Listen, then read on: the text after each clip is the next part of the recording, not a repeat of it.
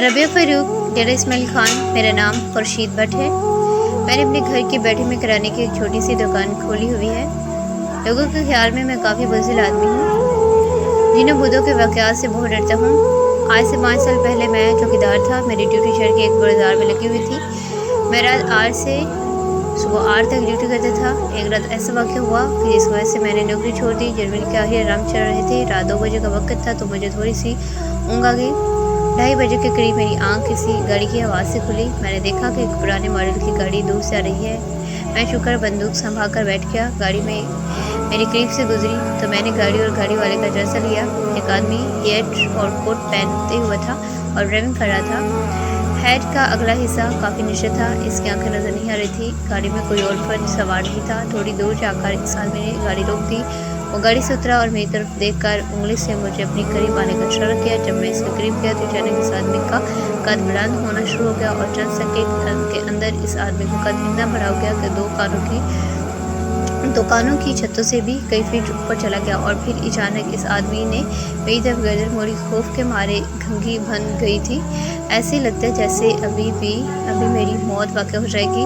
मेरे हाथ पैर ठंडे बर्फ हो गए थे। इसने मेरी तरफ देखा। इसकी आंखें चूने की तरह सफ़ेद थी। मैंने जोरदार चीख मारी और जल्दी से साथ वाली गली में घिसक गया।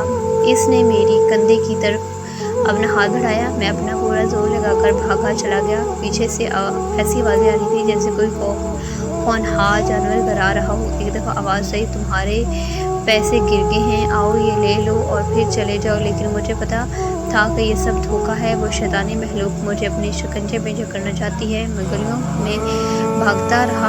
आखिरकार मुझे कुछ मिनट बाद अपने घर के दरवाजे पर था। मैंने इधर उधर दरवाजे को पीटा। साथ बचाओ बचाओ बचाओ की आवाज़ें भी लगाई। मेरे जहन में था कि अगर वो शैतानी महलूक मेरे पीछे आ भी गई तो बहुत से लोगों को देखकर भाग जाएगी। मेरी कोशिश रहेगा नहीं गई। भले के कई फर्द मेरा शोर सुनकर दरवाज़ा खोलकर गली में आ गए। मेरी बीवी ने जल्दी से दरवाज़ा खोल दिया। मैं बेदम होकर अंदर गिर पड़ा। मोहल्लेदारों ने मुझे उठाकर कमरे में बिस्तर तक पहुँचाया। मैं दीवाना वार बोल रहा था, घर का दरवाज़ा बंद कर दो, जल्दी करो जल्दी करो। जल्दी से घर का दरवाज़ा बंद कर दिया गया। परी चचा ने मेरे लिए चाय बनवाई। मुझे लहाफ उड़ाया गया। लहाफ में बैठ कर मैंने गर्म गर्म चाय पी तो आसान बहाल हुए। आखिर मैंने तमाम लोगों को अपने साथ पेश आने वाला वाक़या सुनाया। तमाम लोग अनगश्त बुनियाद रह गए। बहरहाल कुछ देर बाद तमाम लोग अपने अपने घरों पर रवाना हो गए। मैंने शुक्राने के 2 नवाफिल अदा किए, सो गया। इस वाक़े के बाद मैंने चौकीदार की नौकरी छोड़ दी। शकील सकीती मुझे अकील कहते थे और मैं 7वीं जमात का तालिब इल्म हूँ। आजकल मेरे सालाना इम्तिहान हो रहे हैं। आज मंगल है और मेरा उर्दू का पर्चा है। मैंने पूरी तैयारी कर ली है। जी हाँ, मैं फर्स्ट आऊँगा। जब वैन आने का वक्त हुआ तो मैंने ड्रेस पहना शुरू किया। पता चला कि पेट्रोल की जिप खराब हो गई है। दूसरी पेट्रोल कोठी पर लटकी हुई मिली, लेकिन मासी ने इसे धोया नहीं था। सख्त बदबू आ रही थी, दाग धब्बे पड़े हुए थे। दरअसल इसमें मेरा कोई कसूर न था। मैं 5-6 लड़कों के साथ गली में क्रिकेट खेल रहा था। गेंद ज़मीन वाली वर्कशॉप में चली गई। मैं गेंद लेने चला गया। गेंद तो मिल गई, लेकिन मैकेनिक लड़के ने शरारत में अपने हाथ में पेट्रोल पे रगड़ दिए। स्कूल के पेट्रोल मैंने इस दिन पहन ली थी कि अगर मासी आएगी तो धो देगी, लेकिन मासी ने छुट्टी कर ली। कहाँ जाऊँगा, क्या करूँगा। याद है कि अम्मी जिप दुरुस्त कर लेती हैं, पहले भी कई बार दुरुस्त कर चुकी हैं। मैंने बावर्ची खाने में जाकर कहा, हमें पेट्रोल की जिप खराब हो गई है तो मैं क्या करूँ। इन्होंने ढांढने वाले अंदाज से कहा, रात को अपनी यूनिफॉर्म चेक करवा लेनी चाहिए थी। तो वो अब्बू के लिए नाश्ता बना रही थी, इसलिए कोई बात सुनने को तैयार नहीं थी। बात तो वो ठीक कह रही थी, मगर इस वक्त तो देर हो रही थी। स्कूल की बहन जाती तो मुसीबत आ जाती। अम्मी आज मेरा बच्चा है ना, बस आप जिप सही कर दीजिए। अम्मी बाजी से करवा लो। मैं दौड़ा हुआ इनके पास गया तो नन्हे के साथ लूडो खेल रही थी। बाजी, मेरी पतलून की जिप खराब हो गई है। मैंने रो देने वाली आवाज़ में कहा, अच्छा मेरे पास रख दो, मैं अपनी गेम खत्म कर लूँ, इसके बाद अर्ज कर लूँगी। वैन तो देर से आती है ना। नहीं, आज जल्दी आएगी, आज तो बच्चे है ना। परसों तो वैन का टायर पंचर हो गया था, इसलिए वो देर से आई थी। मैंने वजाहत की। अच्छा ठीक है, कर देती हूँ बाबा, तुम जाकर सुई धागे का डब्बा ले आओ। मैं दौड़ता हुआ दूसरे कमरे में गया और सिलाई मशीन की दराज से डिब्बा निकाल कर ले आया। बाजी ने डिब्बे से बुलेट निकाल कर सिलाई काट दी और ज़िप निकाल दी। ज़िप रवां हो गई। अब इन्हें ज़िप के दोनों कलर की सिलाई करना था जो हाथ का काम था। इन्होंने अभी पहले टाँका लगाया था कि सुई इनकी उंगली में चुभ गई, थोड़ा सा खून भी निकल आया। मेरे साथ भी कई बार ऐसा हुआ था, मगर मैंने कभी कोई परवाह नहीं की थी। इस वक्त न जाने क्या हुआ था, बाजी ने तो ऊधम मचा दिया जैसे किसी ने इनकी उंगली पर छुरी फेर दी हो। हाय अल्लाह, ये क्या हो गया। इसके सिवा इनके मुँह से कुछ निकल नहीं रहा था। और मैं बड़की पर कुछ नहीं हुआ, नल पर जाकर हाथ धो ले। मैंने हमदर्दी से कहा मैं नहीं लगा रही ज़िप। इन्होंने झुंझला कर कहा और पतलून एक तरफ फेंक दी। मैंने बावर्ची खाने का रुख किया और अम्मी से बाजी की शिकायत कर दी।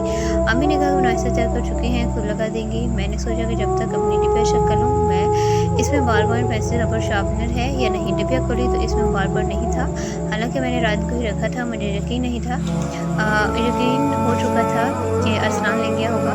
जब इसकी कोई चीज़ गुम हो जाती है तो वो मेरी डिब्बिया से निकाल लेता है। वो स्कूल जा चुका था, अब मैं कहाँ जाऊँ। मैंने अम्मी से पैसे लिए और दौड़ता हुआ दुकान तक गया। दुकान बंद थी। फिर घर की तरफ थोड़ा एक और बच्चे से टुकराया जो स्टील की छोटी बाल्टी में दूध लेकर जा रहा था। धक्का लगने से दूध गिर पड़ा। सफ़ेद हो गई, मंडी मारने बदल गया। मैंने 2-3 बार माफ़ी मांगी तो कहीं जाकर जान छोड़ी। अब धोने के बजाय इत्मीनान से चलने लगा। घर के करीब पाँव फिसला तो सड़क पर गिर पड़ा। वो केले का छिलका था जो किसी बदतमीज़ लड़की ने फेंका था। फिर याद आया कि शाम को मैंने भी तो ठीक इसी जगह पर खड़े होकर केले खाए थे। मुमकिन है कि वो छिलके मेरे ही फेंके हुए हों। अच्छा, अब छिलकों की बजाय बॉल पॉइंट के बारे में सोचना चाहिए। घर पहुंचकर बाजी से कहा तो इन्होंने अपना पर्स खोलकर चमकीला वाला बॉल पॉइंट मुझे दे दिया। चमकीला बॉल पॉइंट देखकर नन्हा मचल गया, जिद करने लगा कि मैं बॉल पॉइंट से लिखूंगा। चमकीला बॉल पॉइंट मुझे तो मैंने बॉल पॉइंट अपनी डिब्बिया में रखा और डिब्बिया जाकर अपने कमरे में गद्दे के नीचे छुपा दी। फिर स्टोर में जाकर स्कूल ड्रेस पहना। चूँकि मेरे जूतों में से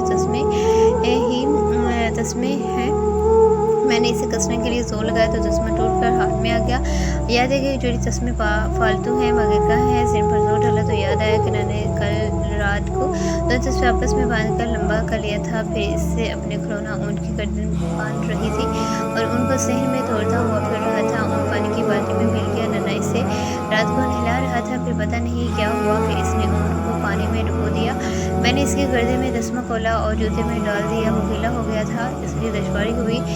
बहरहाल अब पाँव से जूते के निकलने का खदशा नहीं था। अबू के साथ नाश्ता किया। स्कूल की वैन आने पास 10 मिनट लगे थे। वैन आ गई तो मैं डिब्बा बिस्तर के नीचे से निकाली और वैन में सवार हो गया। इम्तिहान में बैठने से पहले मैंने अपने दोस्त शजा को बताया कि मैंने आज उर्दू के बच्चे की तैयारी अच्छी कर ली है। उम्मीद है कि मैं फर्स्ट आऊँगा। मेरी बात सुनकर वो हंसने लगा। मुझे बुरा लगा। मैंने कहा जब रिजल्ट आएगा तब देखना। वो हंसा और हंसा चला गया। जब टीचर ने पर्चा दिया तो मैंने रोने और रोते ही चला गया। इसलिए इस दिन उर्दू के बजाय सोशल स्टडी का पर्चा था।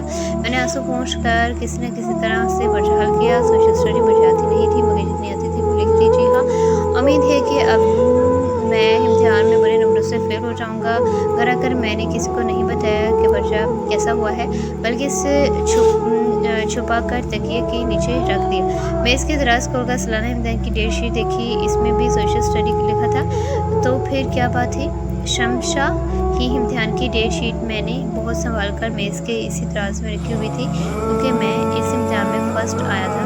इसे देखकर तो इसमें आज के दिन उर्दू का पर्चा लिखा था। इत्तेफाक से तारीख आज ही की थी, अलबत्ता महीना बदला हुआ था। इम्तिहान की तैयारी मैंने इसी डेट शीट को देखकर कर डाली थी।